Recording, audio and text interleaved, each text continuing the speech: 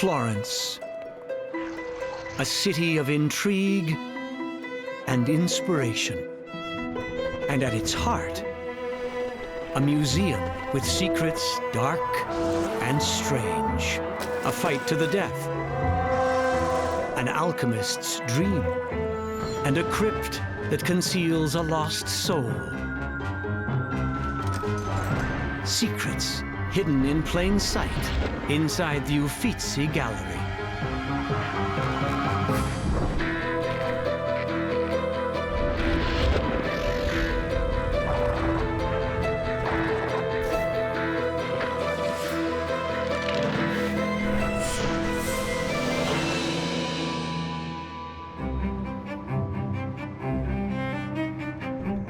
In the city of Florence, Italy, birthplace of the Renaissance, stands a former palace that is now one of the most popular museums in the world.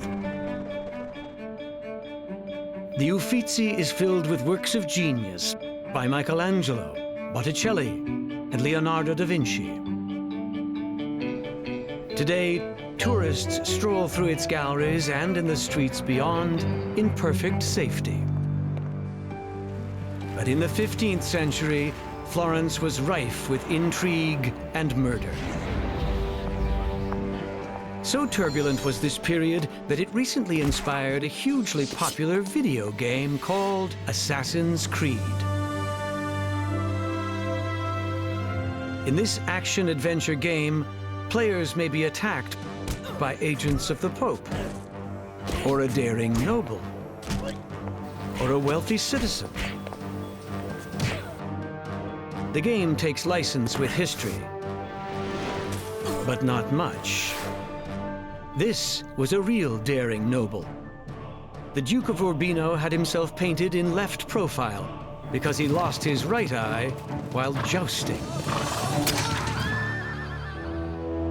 And this was a real wealthy citizen, Lorenzo de' Medici, the head of a powerful family who controlled Florence like a mafia don. In Assassin's Creed, the Medici family is under threat.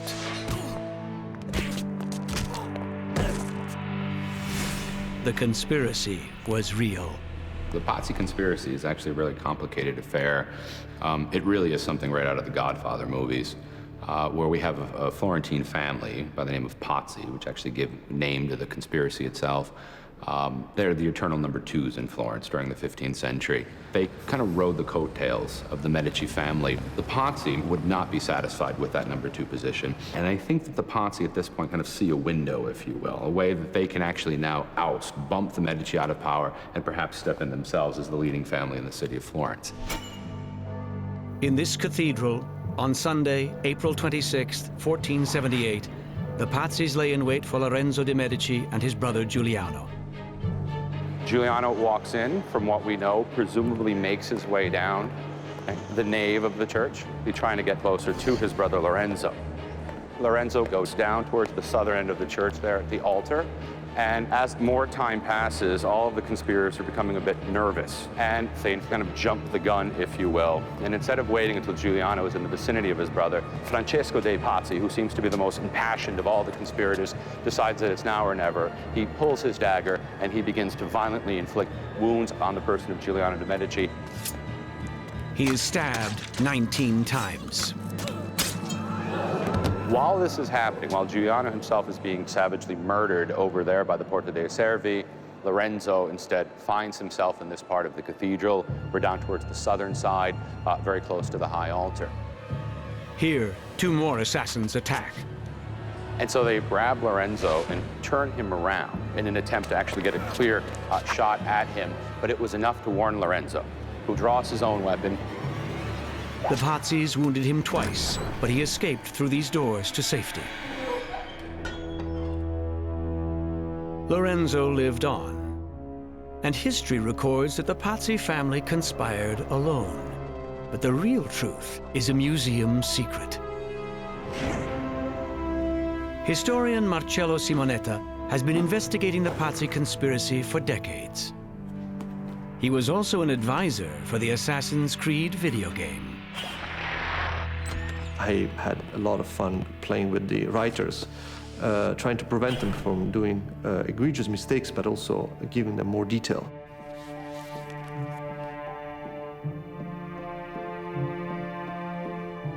During his research, Marcello discovered a letter sent to Pope Sixtus IV shortly before the attack. Some historians suspect that the Pope supported the Pazzi Conspiracy. But the letter shed no light on the matter, because it was encrypted. Nothing in it could be read unless one broke the code. In the same archive were unencrypted letters to one of Marcello Simonetta's own ancestors. I found a lot of letters, and particularly there were some letters from Federico da Montefeltro, the Duke of Urbino, to my ancestor Cicco Simonetta. And these letters were very curious. The Duke wrote that on the day of the attack, soldiers had been seen outside the city, but he dismissed the reports as unfounded. So I got a bit suspicious about this. And slowly I realized that some military operation had to be ongoing in order for the whole conspiracy to be achieved. But there were no reports of soldiers in Florence during the attack or afterwards, when the Pazzis were captured by a mob. And this is where the plotters were hanged outside of the windows, and then their bodies were dropped on the floor of the square, and their bodies were dragged around the city for days by the citizens of Florence, outraged by the attack against the Medici.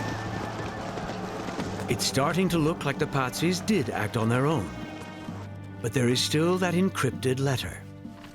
At that point, I remembered that my ancestor, Cicco Simonetta, had written a treatise on how to decode intercepted letters from enemies. The code represents some words as letter-number combinations. And so I started using this code-breaking tips, and slowly I managed to break the code. The message assured the Pope that the attack on the Medicis would be backed up by soldiers.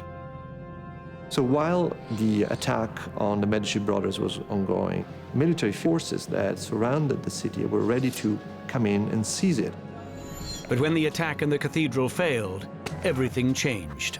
They were ready to come in, but they never did. They simply had to hide away. Below the message is the signature of the one-eyed Duke of Urbino. So the Pope, Sixtus IV, and the Duke of Urbino, who had been organizing the military operation to seize the city of Florence and destroy completely the power of the Medici. It was the kind of backstabbing move you might expect in Assassin's Creed.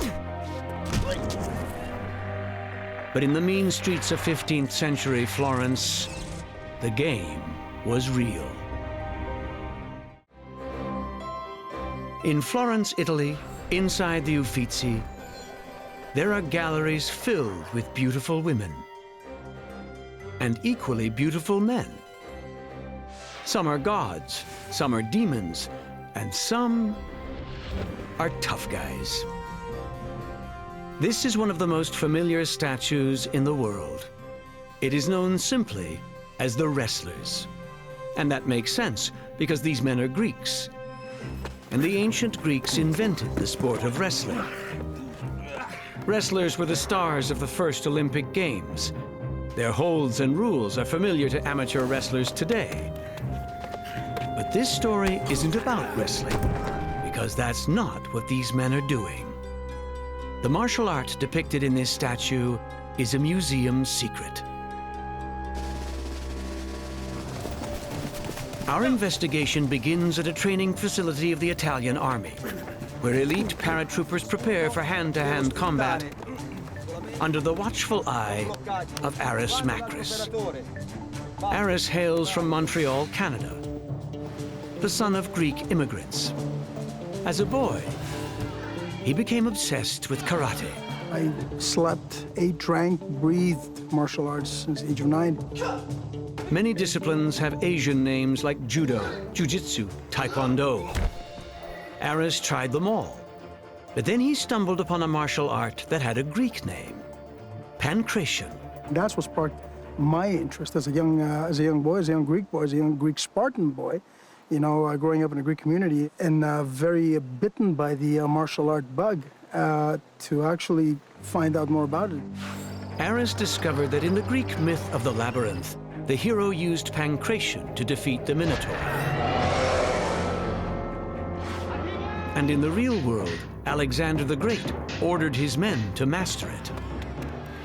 But over the centuries, pancration became a lost art, surviving only in ancient images. I found the images very intriguing. I mean, it almost connected certain dots for me, because many of the different martial arts I was doing did have similar techniques. I need to control the upper ground all the time, no matter what. Now Aris travels the world, introducing pancration to modern warriors, like these Italian paratroopers. A lot of militaries, especially the ones that I've worked with around the world, they're trying to adapt to a pancration style type of martial art because it provides something that is complete.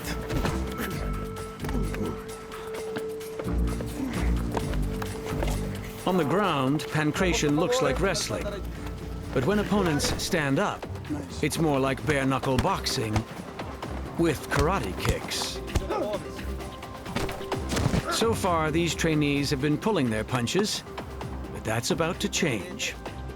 Yeah. You work your way up? Now up. Now you start up slowly. Later we train a punch. The punches, kick, and then you throw everything in. Yeah.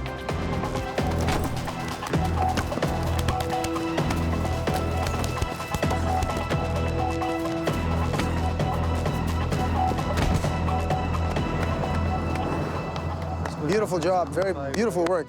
Excellent work. That was a real fight. But believe it or not, they were still holding back. There are some pancration moves that were only used in ancient times. Finger breaks, small joint breaks, eye gouging, biting, and the temple, the back of the cervical spine, the groin area, from wrestling to striking to kicking, I mean, and that's what pancration means, pankratos, pankration means all powers, all encompassing powers, everything involved. In pancration, anything goes. And that brings us back to the statue called the Wrestlers. That is the father of all sculptures. Okay, that represents pancration to the T. That is clearly pancration. Aris intends to prove his theory with the help of two volunteers. Okay, so now this leg will go on the inside. Oh, that's the hook, exactly. So this way the guy is locked in.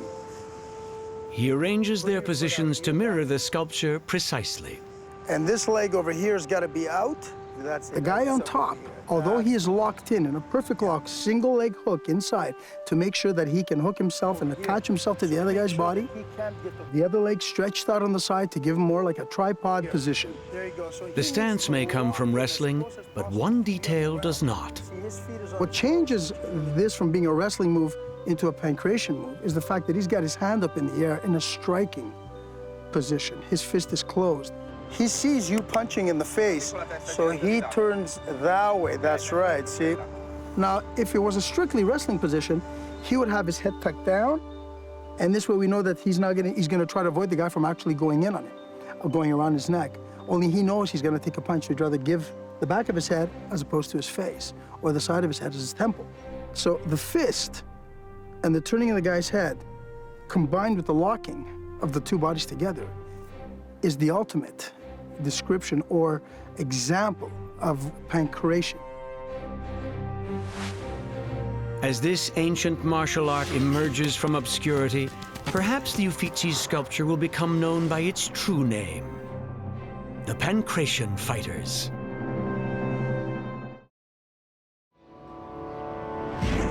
The Uffizi Gallery in Florence, Italy, houses some of the most sublime images of the Italian Renaissance, and some of the most disturbing. The face of this Medusa is a self-portrait of history's most anti-social artist, Michelangelo Medici de Caravaggio. He had absolutely no social skills. When it came to dealing with patrons, when it came to dealing with his models and almost anybody else, his friends, he would often fight with them. He lived a life of drama, and he had a belief in his own genius. He lived a life on the edges, on the margins in every way. He also was a person who couldn't control his own urges and desires. He had sexual relations with women, but he was a practicing homosexual, and so that marginalized him in society. Was he the person you'd like your sister to marry? I doubt it very much. But is he a person whose art you would love to have on your wall and who would continually inspire you with an understanding of the nature of the human condition? Absolutely. He painted the darkest subjects with a mastery of light. His talent made him famous and rich enough to afford the carnal pleasures he craved. But as time went on, he became unstable, easily enraged, and prone to violence. Historians believe his deterioration was caused by the lead in his pigments. In this self-portrait, his teeth are green, a symptom of lead poisoning. But though historians have dissected every aspect of Caravaggio's life, one critical detail remains unknown. At the age of 38, he disappeared. His final resting place is a museum secret. The investigation begins in the seaside town of Porto Ercole. In the local cemetery, researchers pry open a hatch that leads to an ancient crypt.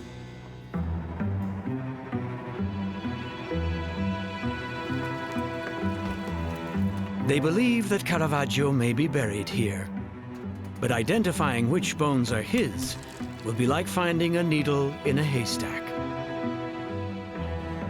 The team is led by historian Silvano Vincetti. Io devo dire una cosa. Innanzitutto, fare queste ricerche se non c'è una passione forte non si fa. Bisogna amare il personaggio. But why look here in Porto Ercole? Why not search the crypts in Caravaggio's home city of Rome? The reason is Caravaggio didn't stay in Rome. In 1606, the hot-headed artist was goaded into a duel. After he killed the man, the authorities branded him a murderer. Ma viene messa una taglia sulla sua testa e che chiunque poteva, una volta ritrovato, portarlo vivo o morto. Caravaggio fled south to Naples, where he lived in hiding.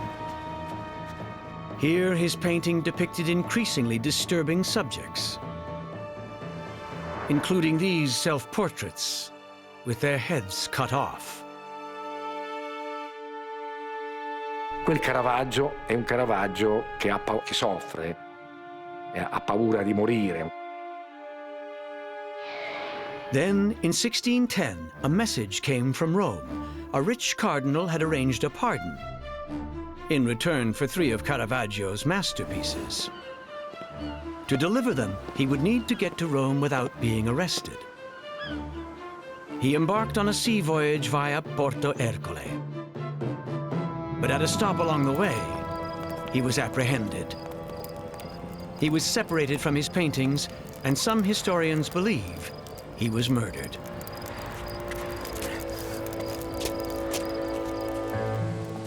But Vincetti believes that he wasn't murdered at all, that he escaped and made his own way to Porto Ercole. And if he did, there's a good chance his bones are in the local crypt, amid thousands of others. Noi stavamo cercando una persona che aveva verso i 40 anni, era maschio, e quindi si cominciava a eliminare quelli che erano più giovani o più vecchi.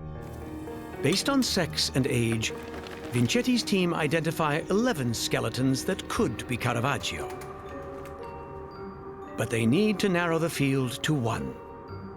Then someone remembered Caravaggio's green teeth caused by lead poisoning. E procedendo con indagini si riduceva il numero dei campioni. The skeletons are transported to a laboratory in Ravenna, where they are examined by researcher Elisabetta Cili. Un campione in particolare, il campione numero 5, presentava un elevatissimo contenuto di piombo. The presence of lead is intriguing, but lead paint was common at the time. To find more evidence, they'll need to saw through the bones. Hai sentito questo odore forte? Significa che dentro c'è materia organica e se c'è, ci potrebbe essere il DNA. DNA would provide a unique identifier, if it's still present. Dopo vari tentativi, un DNA, diciamo, abbastanza di buona qualità. Now the team has DNA to compare with the DNA of Caravaggio's living relatives. But there are no records of his descendants. So in the town where the artist was born, they seek out men who share his family name, Medici. When their DNA is analyzed, it turns out they also share a genetic heritage. Loro condividono uno stesso cromosoma Y, che noi abbiamo chiamato appunto il cromosoma Merisi. Markers on these chromosomes match the Caravaggio sample perfectly. This is compelling evidence that the bones of Caravaggio, lost for 400 years, have finally been found here in Porto Ercole. Mi sono veramente emozionato e non nascondo che mi sono messo a piangere. Ed credo che piangere sia una cosa liberatoria, bella, quando si piange per cose che ritieni importanti, in questo caso per un artista che io amavo, che amo moltissimo. Insomma, però è stata un'esperienza bellissima, devo dire, alla fine, che mi ha lasciato tante cose. In death, as in life, Caravaggio's final journey is by sea, as Vincetti and his team return his bones to Porto Ercole. The master of light was revealed in the darkness. But for those who love him, he may always be a lost soul.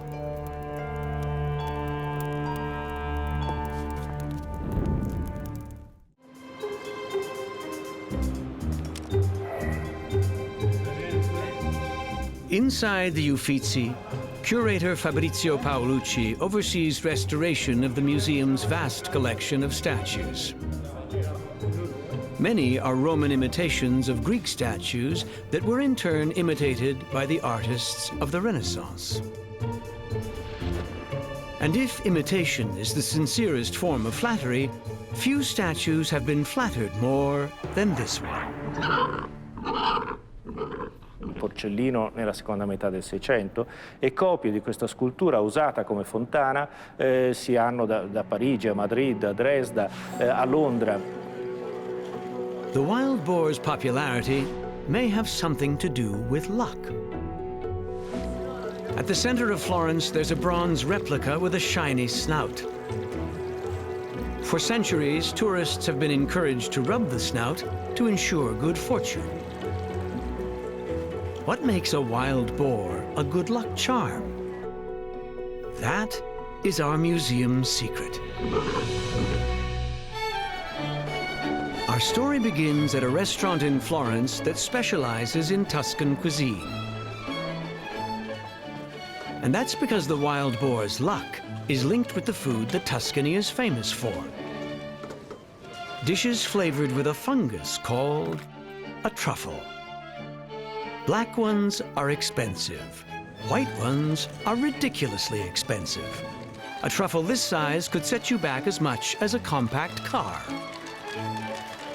In Italy, the truffle industry is worth 400 million euros per year. In Florence, this delicacy is on the menu at the Cingari Bianco, the white boar. Truffle is something that you either totally fall in love with, and it could be dangerous because it's very expensive, or you don't like it at all. And I guess it's a little bit like oysters or caviar. It's a very refined kind of food. Truffles are expensive because they cannot be grown on farms.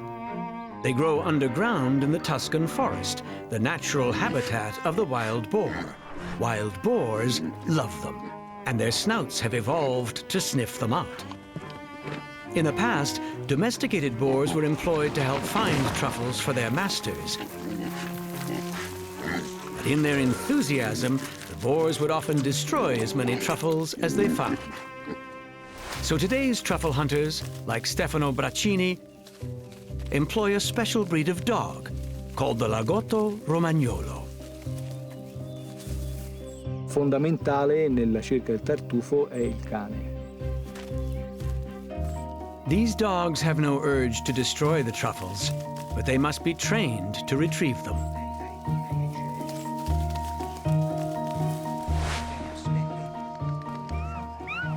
Prima fase di addestramento, chiamiamolo così, alle volte si utilizza il tartufo che viene strofinato nel seno della mamma in modo che i cuccioli sentono già un odore con cui devono familiarizzare fin da subito, per cui hanno un imprinting prima ancora di aprire gli occhi. Stefano even gives puppies truffles to play with, which makes these truffles the world's priciest chew toys.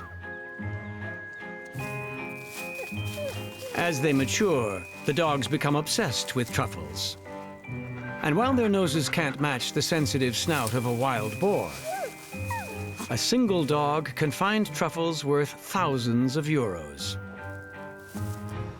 Today, Stefano delivers a sample of his harvest to the white boar.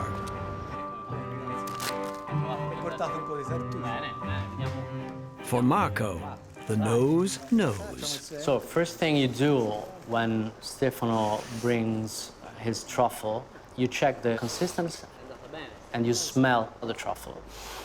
Because the smell is important. It tells you if the truffle is good. Marco decides that Stefano's truffles are a worthy addition to the gourmet cuisine of Tuscany. Sai cosa ti dico? Siamo fortunati a essere nati in Toscana. Davvero?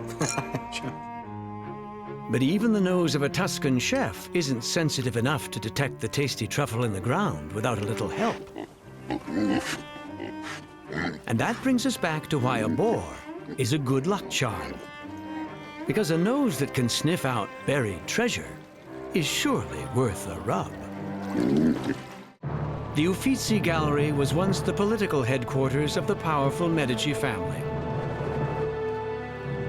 In the 16th century, these rich commoners reinvented themselves as nobility.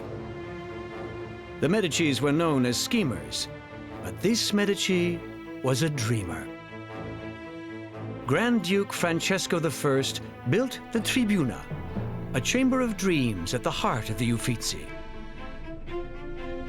Decorated with alchemical symbols, shells for water, red velvet for fire, stone inlay for earth, and a weather vane for air. It's governed by his belief in the four elements, and his desire was to find mechanisms to transform one thing into another. So the Tribuna really is a kind of distillation of his thinking and his worldview and his personality. This place that he was creating in order to engage in his mystical thinking. Francesco created another, stranger sanctuary just across the river from the Uffizi. Ghostly spirits loom, and pagan gods frolic. All for the delight of his lovely wife, Bianca.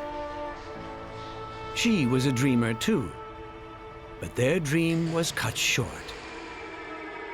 During a visit to their country villa in 1587, both Francesco and Bianca fell ill and died within days of each other. Francesco's younger brother, Cardinal Ferdinando, ordered an autopsy that determined malaria was the cause of death. Malaria was common in the swampy countryside, but there were rumors of foul play. How and why did Francesco and Bianca die? That is our museum secret. Our investigation begins beneath the chapel of San Lorenzo in the crypt of the Medicis. Recently, researchers exhumed human remains, hoping to discover the causes of death of many members of the family. The team's medical historian is Donatella Lippi. We found the corpses of the Grand Dukes of Tuscany in small zinc boxes. In the box belonging to Francesco I, we found only his bones. When Francesco's bones were tested, they found DNA, but no evidence of why he died. And as for his wife Bianca, her bones weren't allowed in the family crypt. By order of Francesco's brother, Ferdinando, Bianca was rumored to be a witch. Ferdinando said, "I don't want Bianca close to the Medici family." And Bianca's corpse disappeared. A few years before the couple died, Ferdinando also became concerned about Duke Francesco. Francesco I was a very strange man. He should, to some extent, have been a perfect ruler, but it was quite clear that that wasn't his primary interest. His real interest was in what we would now call science, but in those days was much closer associated with magic and alchemy. That is the transformation of substances. And his desire was to find mechanisms to transform base metals into gold. He became so obsessed that he would leave early in the morning and lock himself in his room for experiments and not come until very, very late at night. His dream was innocent, but it stole time from his duties as head of state. Cardinal Ferdinando felt that the future of the Medici dynasty was in fact being compromised, and the well-being of the state was being compromised by Francesco's increasing interest in his alchemical experiments. Did Ferdinando's fears about his brother give him a motive for murder? Ken and Donatella visit the villa where Francesco and Bianca fell fatally ill. It happened during a family gathering. So we must imagine the situation, many people, the Grand Duke Francesco, his wife Bianca, and Cardinal Ferdinando. According to eyewitness accounts, something unexpected happened. During the lunch, very suddenly, Francesco felt great pains in his stomach, and at the same time, Bianca. They died so soon after their meal, it suggests poison was involved. So why did the autopsy say malaria? Ferdinando took upon himself to have the autopsies performed on the bodies, and he was the one who released the medical reports, and he kept complete control. He became the spin doctor of Francesco's and Bianca's death. But recently, Donatella discovered a second autopsy. This one conducted by Francesco's personal physicians. The corpses were opened, and the surgeons realized that the same kind of poison had spoiled the entrails of Bianca and Francesco. This record was hidden, was concealed because it was too dangerous. The second autopsy also states that the internal organs were buried in the church close to the villa. Donatella went there hoping to excavate under the floor. Church officials allowed her to descend through an existing cavity, but not to enlarge it. I'm lucky that I'm so small because it was very difficult to go in. I had to take out a great amount of masonry, debris, stones, bricks, bones. I managed to find 6 or 7 small fragments of biological substances which revealed themselves to be pieces, fragments of livers. Tests revealed a mix of male and female DNA. The male sample matched the DNA found in Duke Francesco's bones. And the liver contents revealed something else. Fragments of entrails of liver belonging to Francesco. We had found the evidence. Arsenic was found. So this was the evidence that Francesco had been poisoned. The alchemist and the alleged witch were probably poisoned by Ferdinando, but he never faced justice. In an act of political alchemy, he transformed himself from a cardinal into a Grand Duke, usurping his brother's power in Florence. Some say that murder victims become ghosts if their deaths are unavenged. If that is so, then Francesco and Bianca are with us still. And perhaps they whisper, in the Medici clan, there is no place for dreamers.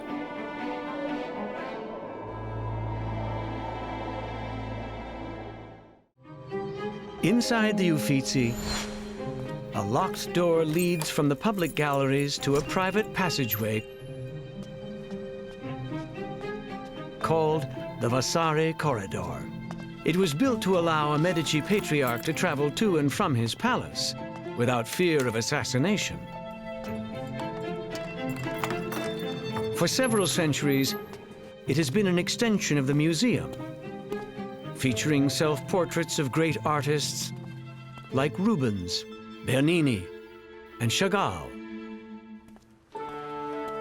Its windows provide a unique view of the Arno River, because the corridor is the second story of a bridge. The Ponte Vecchio is one of several bridges that span the river. Most appear to be very old, but historian Lee Windsor knows better. We're coming upon the Ponte Santa Trinita, arguably the most important bridge in all of Florence, architecturally, culturally, structurally. And it looks as though it pre-exists the war, but in fact, in the 1950s, local architects rescued the rubble from the bottom of the river and used it to rebuild the bridge almost as it was. It needed to be rebuilt because of what happened here in World War II, when Allied forces began to push the Nazis out of Italy. In August of 1944, when the Germans begin to evacuate Florence, they need to establish the Arno River as a speed bump so that the Allies can't chase them too quickly into their new Gothic line defenses. They need to hold the Allies here for a short period of time. And in order to do that, they're going to blow all of the bridges over the Arno River. One after another, the historic bridges were reduced to rubble, except for the Ponte Vecchio. Why did the Ponte Vecchio survive? That is our museum's secret. The story begins in 1938, when Adolf Hitler arrived in Florence with his Italian ally, Benito Mussolini. At Hitler's request, they visited the Ponte Vecchio's Vasari Corridor. Mussolini was bored, but the Führer fancied himself a connoisseur of color and form. He paused to examine several masterpieces before he stopped to wave to the crowds. Some Florentines still remember. Quando venne in Italia con un baffino, si affacciò a quella finestra lassù. Io avevo 11 anni, ero lì e gli battevo le mani come tutti a quell'epoca. Some believe that 6 years later, when Hitler's army was in retreat, he couldn't bear to see the bridge destroyed. They were bombing all the bridges, obviously, because there's 8 more bridges to our left and to our right. They bombed them all, but wait a second, Hitler sends in a telegram saying, don't bomb this bridge here. Why? Because of all the artwork up above. So that's the only thing that saves the bridge, and the Germans do not bomb this bridge. But was the Ponte Vecchio really saved by Adolf Hitler? Local filmmaker Gianmarco D'Agostino doesn't think so. Beneath the arches, he recently noticed a plaque commemorating someone named Gerhard Wolff. I passed here a lot of times, of course, but I never looked at the plaque. And I think almost nobody do it. The plaque thanks Wolff for helping Florence and saving the Ponte Vecchio. I became really curious about this story, and I started to research. Gianmarco soon discovered that during World War II, Gerhard Wolff was the German consul for Florence. While Nazis in other cities looted art, Wolff did something strange. Secretly, he helped Florentines transfer the Uffizi's treasures to hiding places outside the city. He tried hard to save the works of art of Florence. And his un-Nazi behavior extended to people as well. When local Jews were threatened, Wolff used his position to help them. Via dei Bardi numero 20. Here, in that building, was the German consulate during the World War II. Here, Gerhard Wolff worked during the day.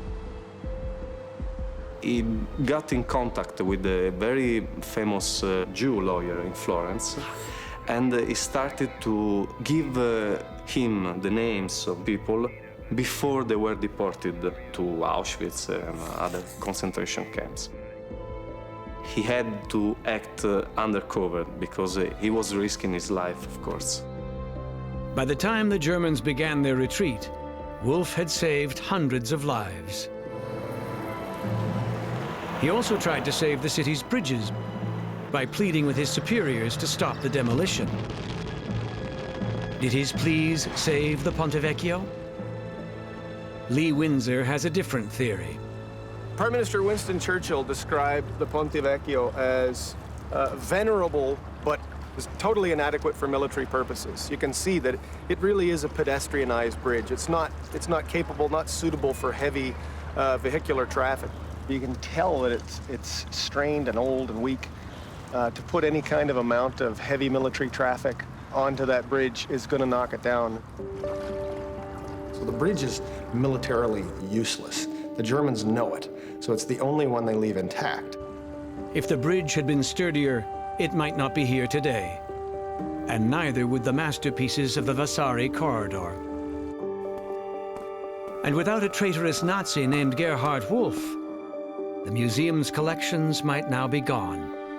The galleries would no longer whisper that humanity achieves its highest expression during the darkest of times.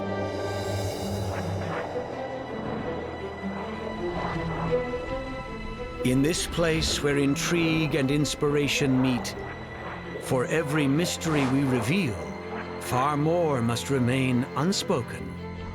Secrets of the questing mind and the troubled heart, hidden in plain sight inside the Uffizi Gallery.